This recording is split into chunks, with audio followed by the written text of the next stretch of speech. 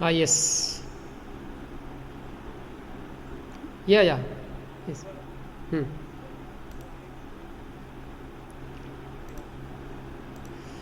No, no, no. Yeah, I've just now I've shared the screen. Okay. So, uh, so like I've told you, uh, we haven't progressed much. We have covered many things in the first module, but we haven't made much progress. So that's actually a problem. So today, what I'm going to do is that I'll give you a lecture.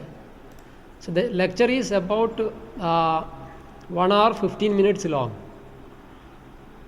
and you are required to watch the entire lecture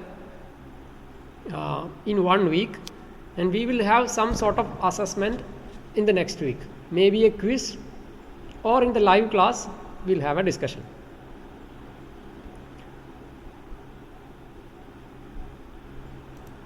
So what I have done is that uh, many things which are very useful in which are part of the first module and second module is covered by uh, Professor J. Kim Vandiver by a lecture. He is a professor at MIT, Mechanical Engineering Department, MIT. He is also working in edX. Did I talk about edX?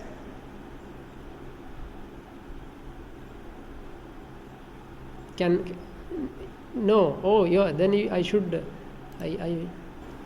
I must give you an introduction. And edX is a very, very, very useful platform for you to get a lot of online resources for learning.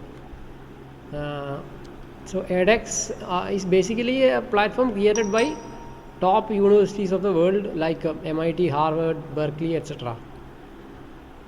So you are going to get the best resources from the best professors in the world if you access this website.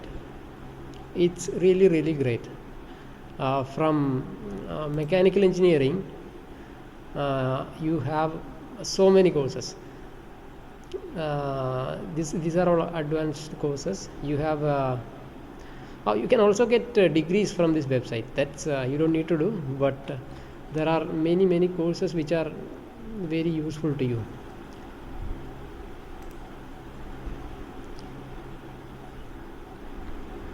Let's say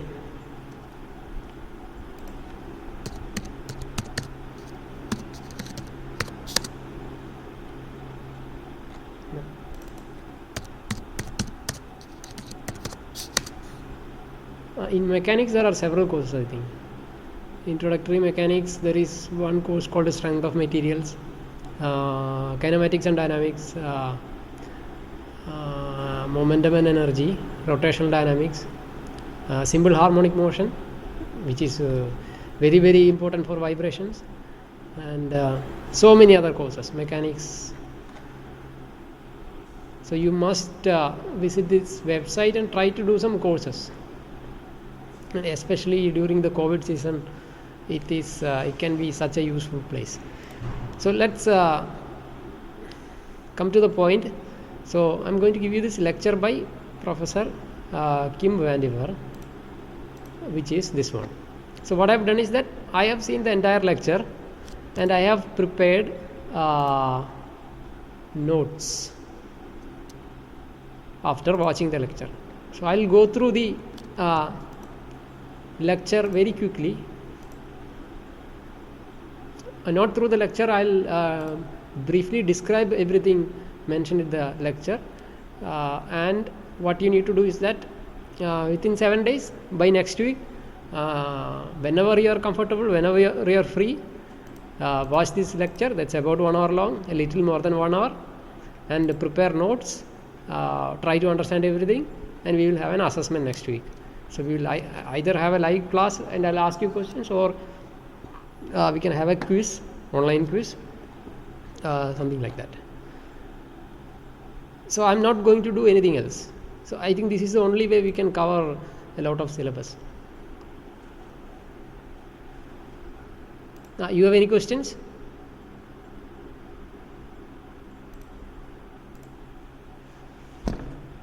Okay.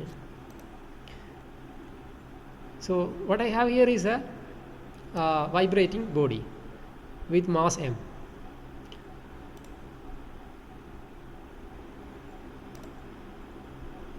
So you can see that there are two springs, K1 and K2, right, which is fixed between two valves.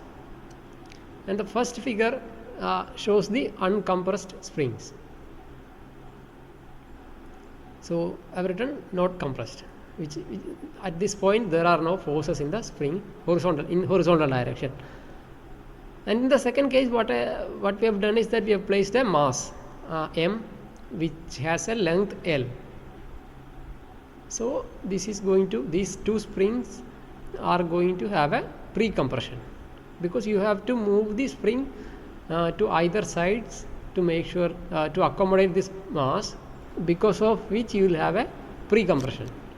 Once you have a pre-compression, what we will do is that we will simply try to give it an initial displacement or initial velocity. Once you have that, it will start vibrating. So the question here is, what will be the natural frequency of vibration? How do we find it out?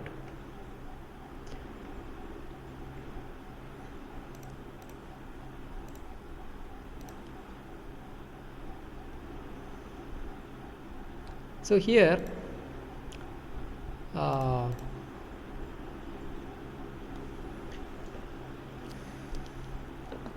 so if K is the spring constant of a spring, what do you think will be the natural frequency? If you have a spring, just a single spring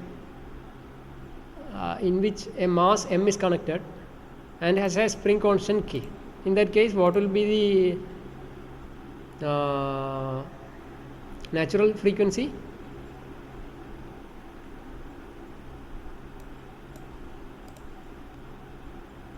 Can someone tell me?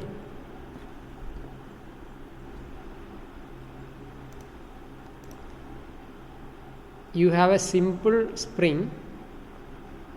At the end of the spring you have a mass m, and that spring is connected to a valve. In that case, what will be the natural frequency? Simple basic question.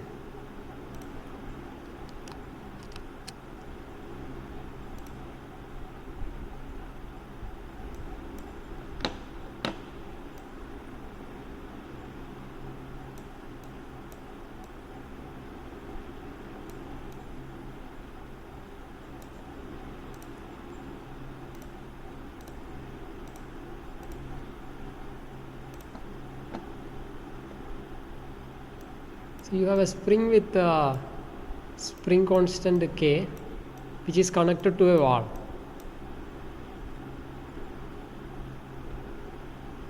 And you have a mass m here. So if this is going to vibrate horizontally, what will be the angular frequency? Natural frequency. Angular natural frequency. Can someone tell me that? That's a very simple question, right?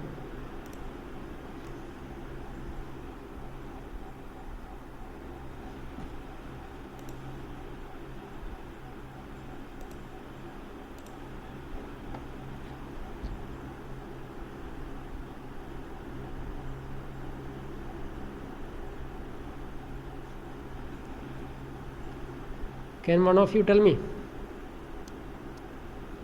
This is like a very basic part of vibration, right? You have a spring, you have a mass m connected to it, and it is vibrating. What will be the angular natural frequency?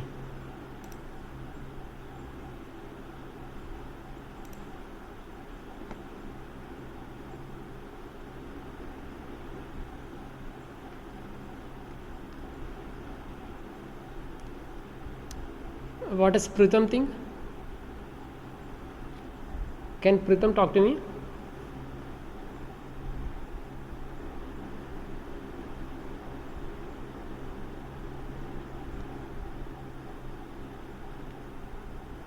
Is Pritham online?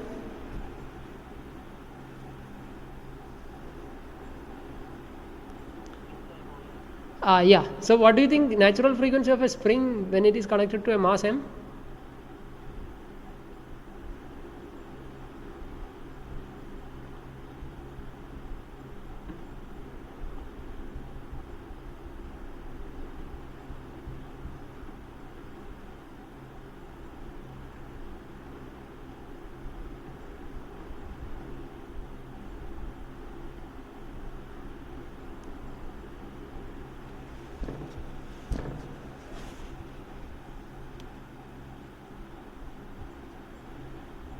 What about Saptarshi? Can Saptarshi speak?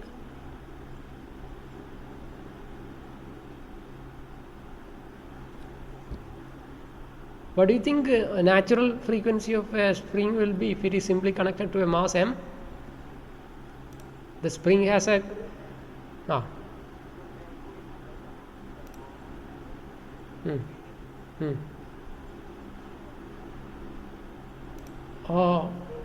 Oh, why?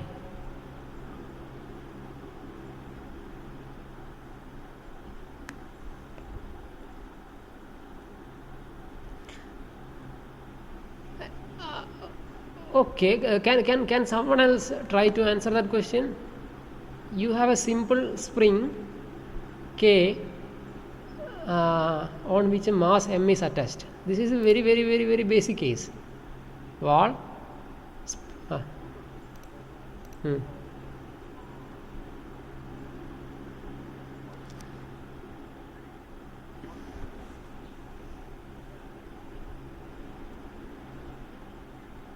Hmm.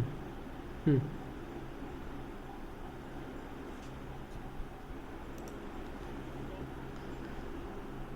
Yeah, frequency can depend on many things, but natural frequency will be same for a system, right? It will natural frequency is a property of a system, so it cannot change.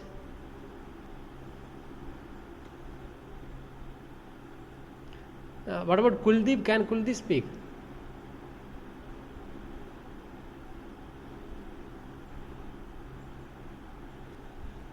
Kuldeep?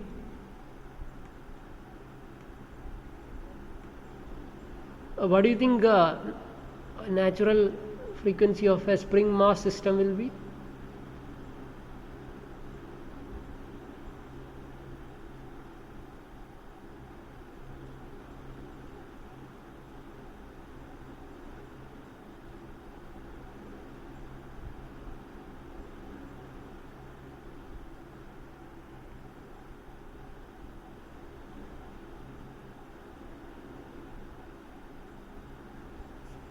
Can Joydeep speak? Joydeep?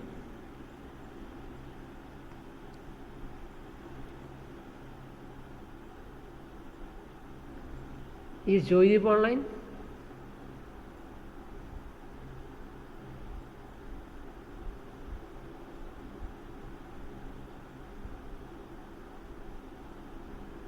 What about Bishal? Gaurav?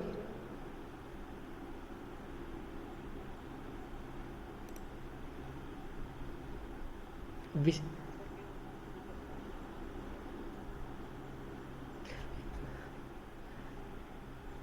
yes, the question is very basic. You have a spring mass system.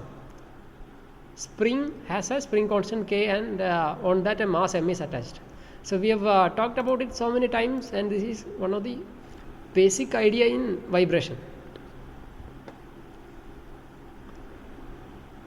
What will be the angular frequency of the spring mass system? Natural frequency. Natural frequency will be the angular frequency when you give it a free vibration, obviously.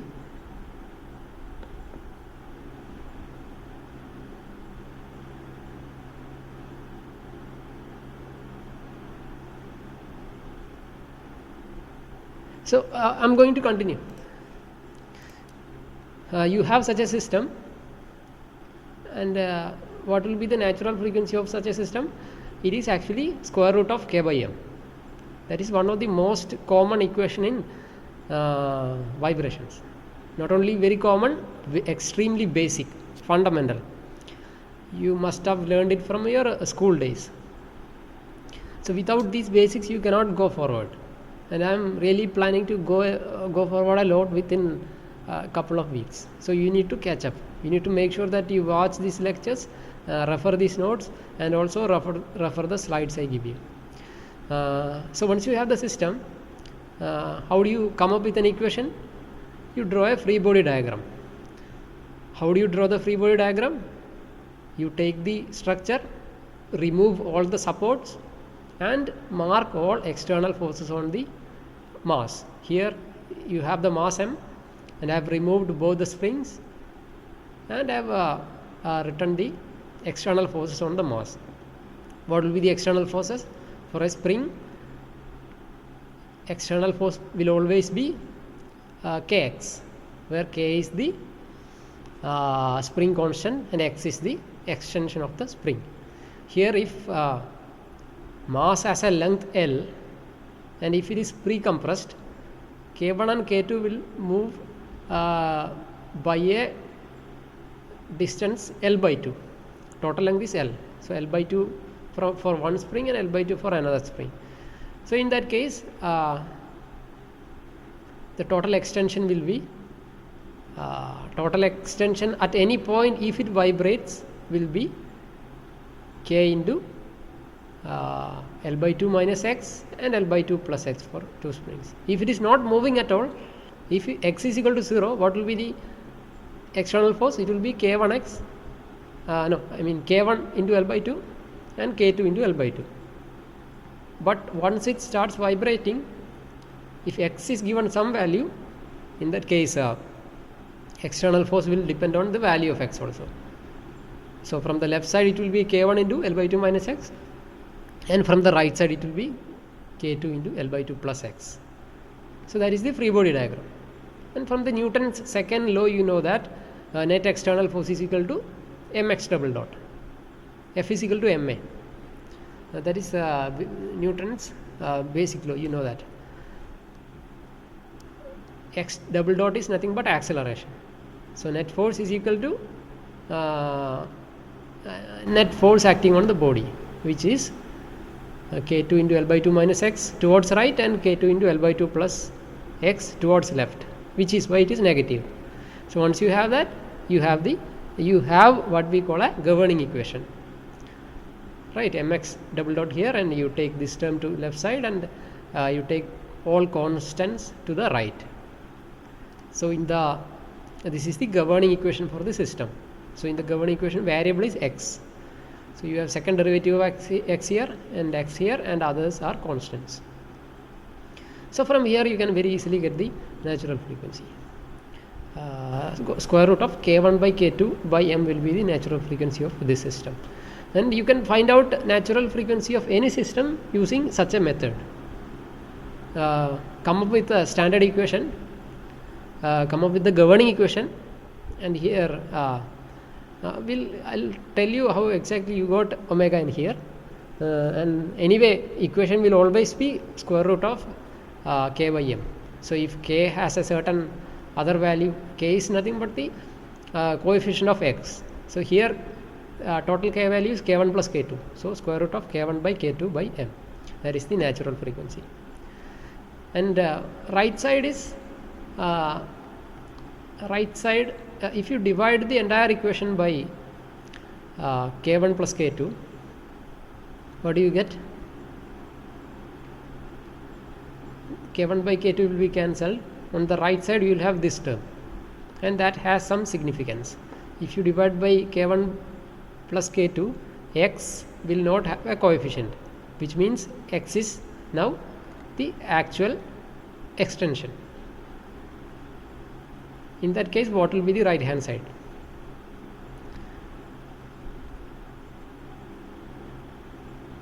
Let's come to that. So the case is when you have a mass hanging vertically from a wall, again it's a very similar situation. We talked about it. natural frequency will again be square root of k by m. And here again the derivation is also very similar. Here it will, because of the weight of the mass, it will have an initial extension which can be called xs, which is a constant. And once it starts vibrating, again it will have a dynamic part which is xd, and that xs plus xd is our variable. And if you find the first derivative of extension, which is displacement, you get x dot d, which is velocity. And if you find the second derivative of extension, which is nothing but second derivative of displacement, you will get xt double dot, which is acceleration. So we can actually substitute these things here in the equation. How did you get this equation? This is nothing but standard governing equation, Newton's law. Mx is equal to mg minus kx, right? Mg downwards, kx upwards, so it will have opposite sign, and mx double dot is the third term. So substitute x and x double dot here. It's a simple back substitution, and once you do that, you get this, from which you will get a natural frequency of as the square root of k equivalent by m. K equivalent can be, here in this case you have only one spring, so k equivalent is just k, otherwise it can be different. So the same is true for any rotating body also.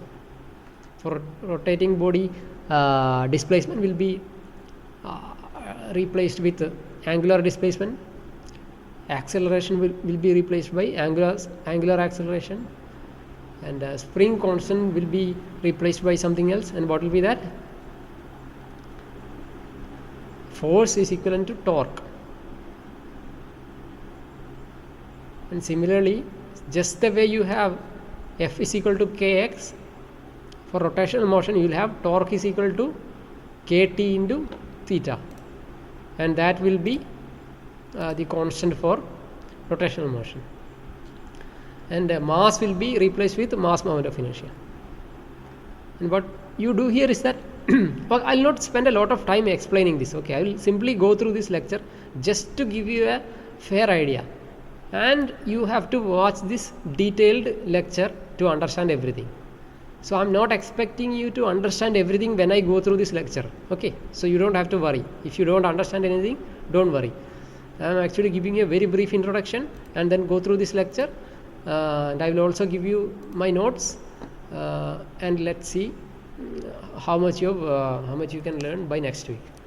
So you have 1 week to go through the lecture. All right. So next is nothing but derivation. Once you have the governing equation, which is this one, which you get from Newton's law, substitute a value for xd.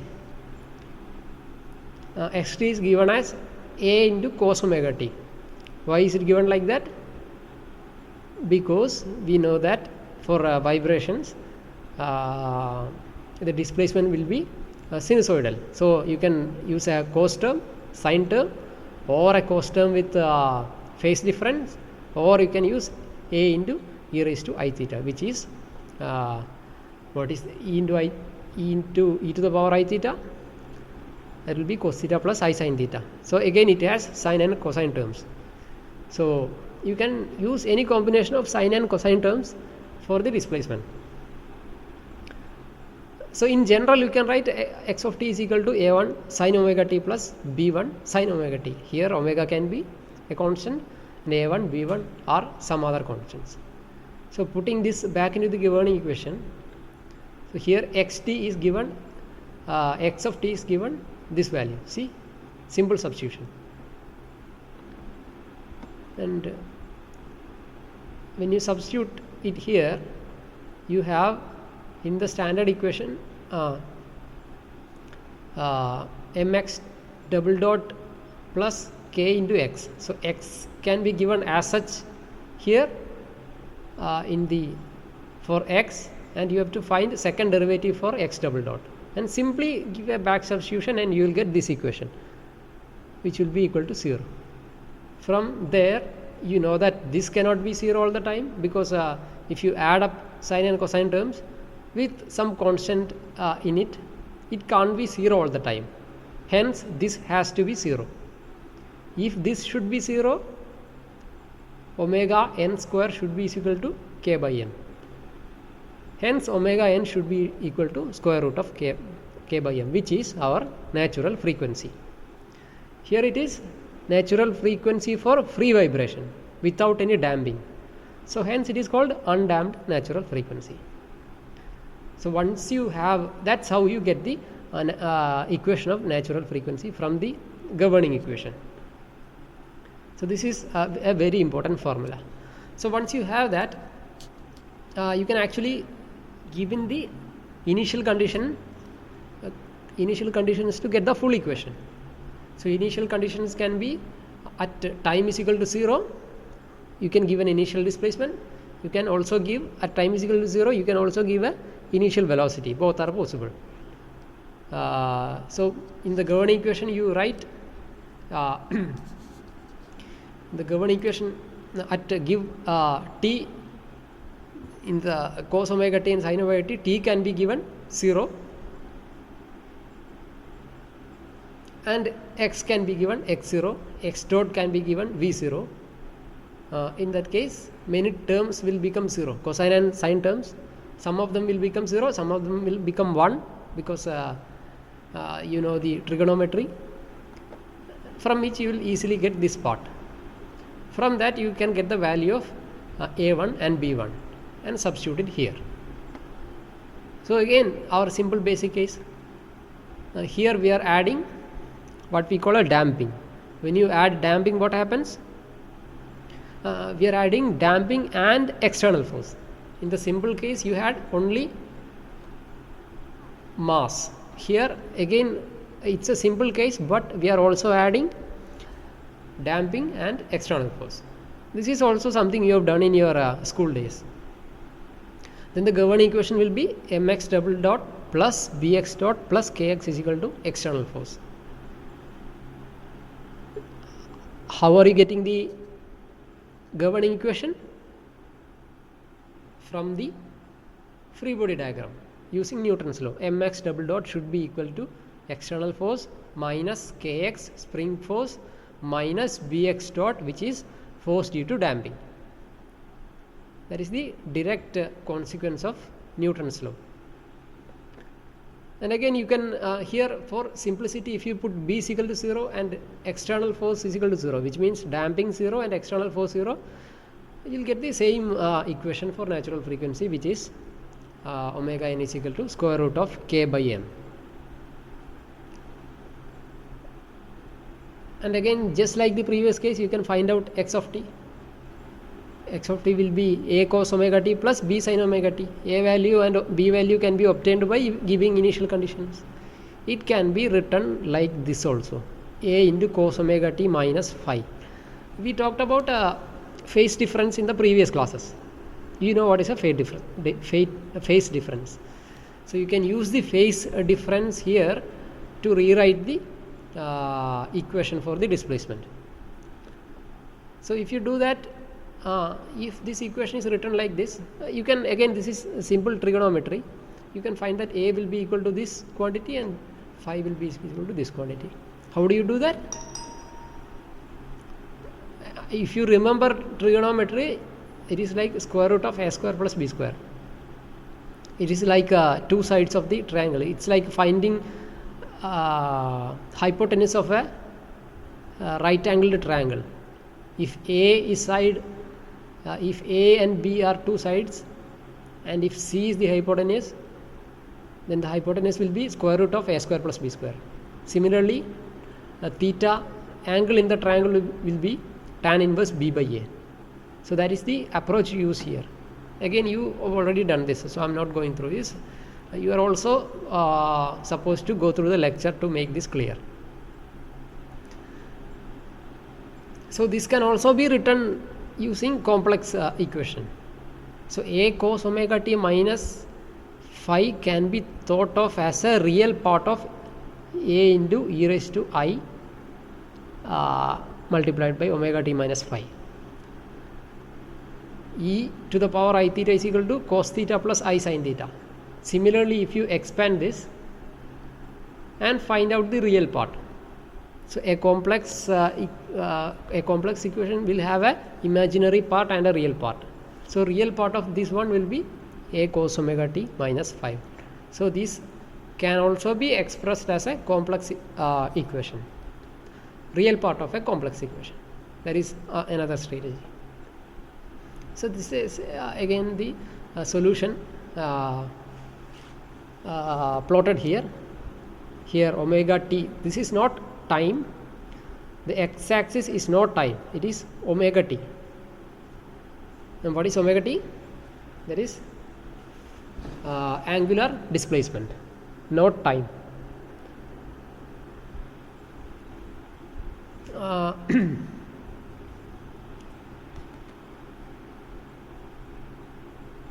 Here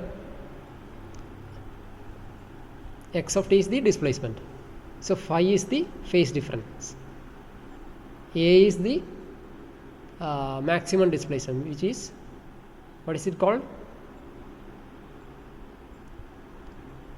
Amplitude, right? It's called amplitude. So again, coming back to our basic equation, this is our basic equation with external force 0 with damping involved. So this is the part where how the equation this is the part where he describes how that equation he is obtaining. So here you have the, again this is pure mathematics, this has nothing much to do with, of course this is important for vibration, but it is something you learn in your standard maths course in differential equations. So once you have a second equation, second derivative, when you have a differential equations, second order differential equation, you can find a solution like this, right? You can give a solution as x is equal to a into e raised to st, back substituted here. So when you are doing the back substitution, you have second derivative and first derivative and also x as such, and you get this. From there you get a quadratic equation. When you have a quadratic equation, you can use the standard formula to find out the solution. Remember that minus b plus or minus square root of b square minus 4ac by 2a. Use the standard equation to find out the roots, and once you have the roots, you can convert it to a suitable format to find out relevant quantities. Here one mistake I've done here is that I should have theta. I usually write theta. Theta is something, I usually write theta like this. Okay. Here in the beginning I tried to write theta as it is written in the, as it is written by professor and in the textbook. So that's why I've written it like this. I should have written the way I usually write. So in the beginning I have written it like that. So in the second part I have written theta like this. So you need to know that they are the same thing. So from the solution, you can get three different types of solution depending on the value of theta, where theta is the damping ratio. So what is damping ratio? Damping ratio is nothing but a constant which you have in the convenient form of your solution. Not solution, solution, but roots. Roots of the quadratic equation. You will have two roots, and this will be the standard equation. And b by 2m omega in the standard equation is called damping ratio. Where what is b here? B comes from the governing equation due to damping. So that is the damping constant. and this ratio is called damping ratio, and we'll substitute this quantity with theta, and then your equation will be something like this. And depending the value of theta, you can have three types of solution. And first, an over damped solution, second, a critically damped solution, third, and an under damped solution. I am sure you have heard about this thing. How will an over so what is this solution? Is it over damped, critically damped, or under damped?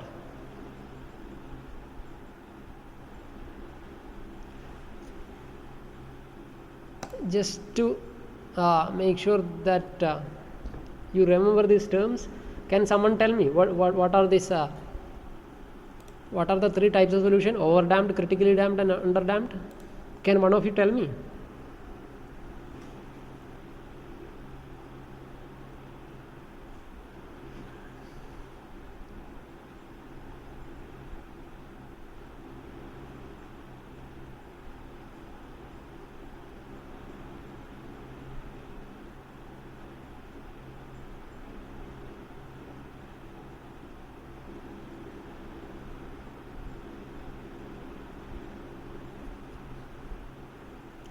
Anyone remember?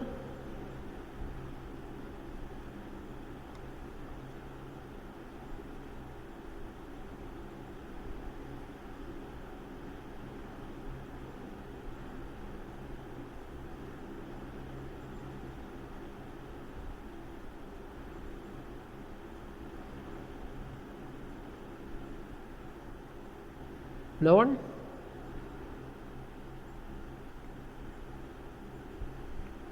Yeah, Manash is saying something.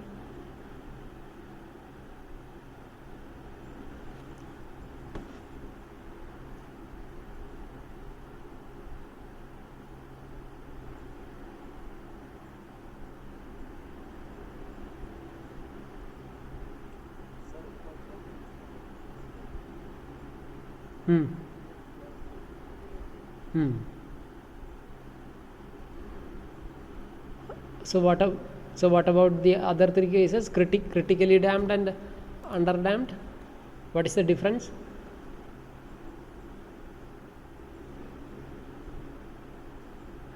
Okay. You should know these things anyway. I will just tell you again. Over damped systems, if you have vibrations like this, anyway you have damping here, right? Damping constant B is here, which means you have a damping part. So eventually the vibration will come to a stop because of the damping. And how it comes to a stop will give you three types of solution. In under damped solution, it will go, you will have several oscillations. In critically damped oscillation, you will not actually have to and fro movements. Without oscillation, it will come to an equilibrium position without going to the other side. So in the over damped case, so in the critically damped case, it will come to the equilibrium with minimum amount of time without to and fro motion. In the over damped case, again it is similar. It won't have to and fro motion, but it will take more time than critically damped solution. So the critically damped solution will take the minimum amount of time to reach the equilibrium. So under damped case makes these oscillations like this. So these are the equations, corresponding equations for that. So for over damped case, theta will be greater than 1. For critically damped case, theta will be equal to 1. And for the under damped case, theta will be less than 1. So here, that you are getting that from the equation, standard equation. Here you have minus theta omega n plus or minus omega n into square root of theta square minus 1.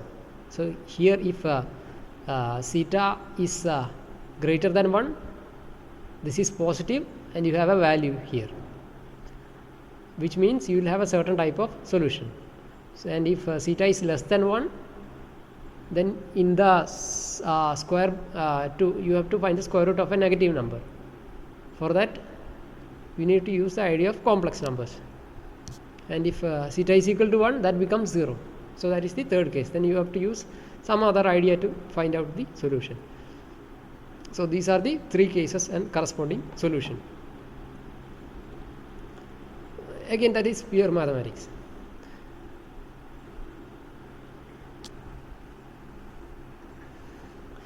So if you give x of t this value, these are nothing but so have you heard about logarithmic decrement? Yes or no? I will not ask you what it is.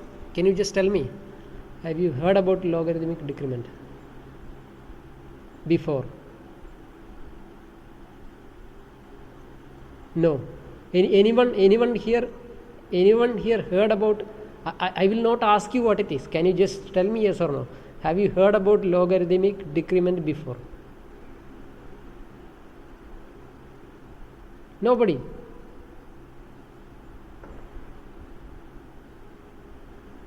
I promise I will not ask you what it is.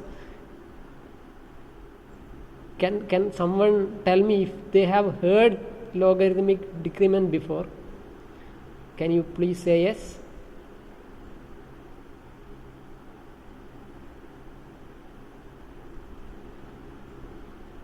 Nobody heard about it.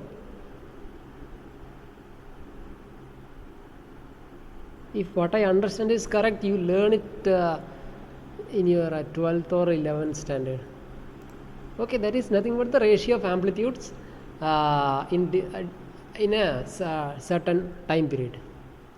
So the amplitude at time period t, and this is the amplitude at time period time t plus n tau d, which is tau d is the time period. So that is basically a quantity which represents how much decrement is happening to the amplitude. So the logarithmic decrement is the logarithm of that ratio. Again, there is a very simple derivation. You will find out x of t. What is x of t? That is extension, and this is extension at a different time. So you can simply find out the ratio using the standard equations. Which equation? Which will be used? Will you use overdamped case, critically damped case, or underdamped case? Obviously underdamped case, because in critically damped case and overdamped case there is no to and fro motion. This multiple to and fro motion happens only in the case of underdamped case. So you take the underdamped case and find out the x of t at different points and find the ratio. When you find the ratio, many things will be cancelled out very easily. Here you can see that this is the equation for x of t. Once you find out the ratio, this is the only thing that remains in the ratio, the right hand side. Everything else simply gets cancelled. So using that you can find out an equation for the logarithmic decrement. So for a small value of theta, for a small value of damping ratio, you can have an approximated equation. If my understanding is correct, you learned these things in the 12th standard. So again, you get a equation for a damping ratio in terms of logarithmic decrement, and vice versa also you can find out. So you can find out the n such that amplitude becomes half. That has a significance. What is the significance? So if you have a vibrating system, so what you can do is that you can use this formula to find out the damping ratio. How? So when this ratio, when the amplitude becomes half, this ratio becomes 2, right? So ln of 2 divided by this quantity, then this equation becomes simple. then the damping ratio becomes natural logarithm of 2 divided by 2 pi n, where n is the what is n? That is the number of oscillations happened for making the amplitude half. So you can actually note that down. If you have a vibrating system, oscillating system, so mark the time, count the number of oscillations for amplitude to become half, mark the time, count the number of oscillations, and use it in the equation to find out the damping ratio. So this is it. So this is not much. This is described in detail by Professor Kim van der Werf, which is a lecture that is about 1 hour long.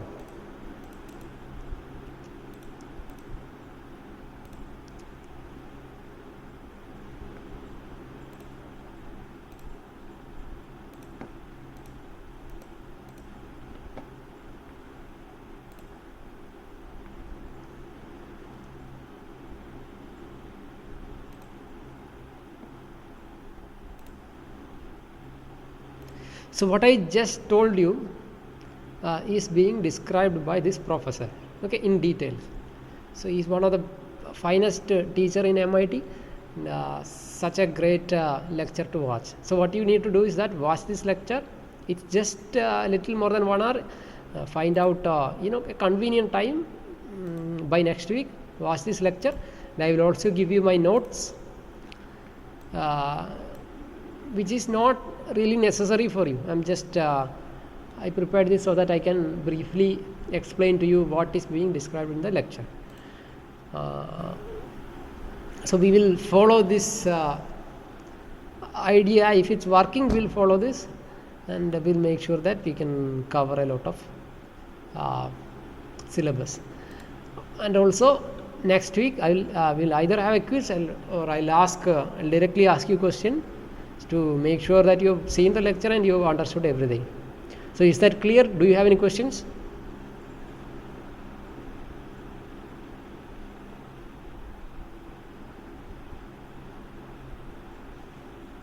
Anyone else? Is it clear? Any questions?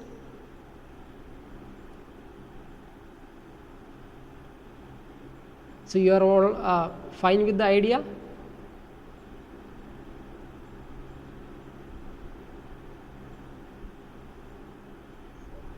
Yes. Okay. It will be a small assessment to make sure that you watch the lecture. Okay. So the problem with this is that if I simply give you the lecture, you may or may not watch it. So I will have an assessment, probably a short quiz, or I will directly ask you questions in the next class. Okay. Yeah, anyone else has any suggestions or complaints?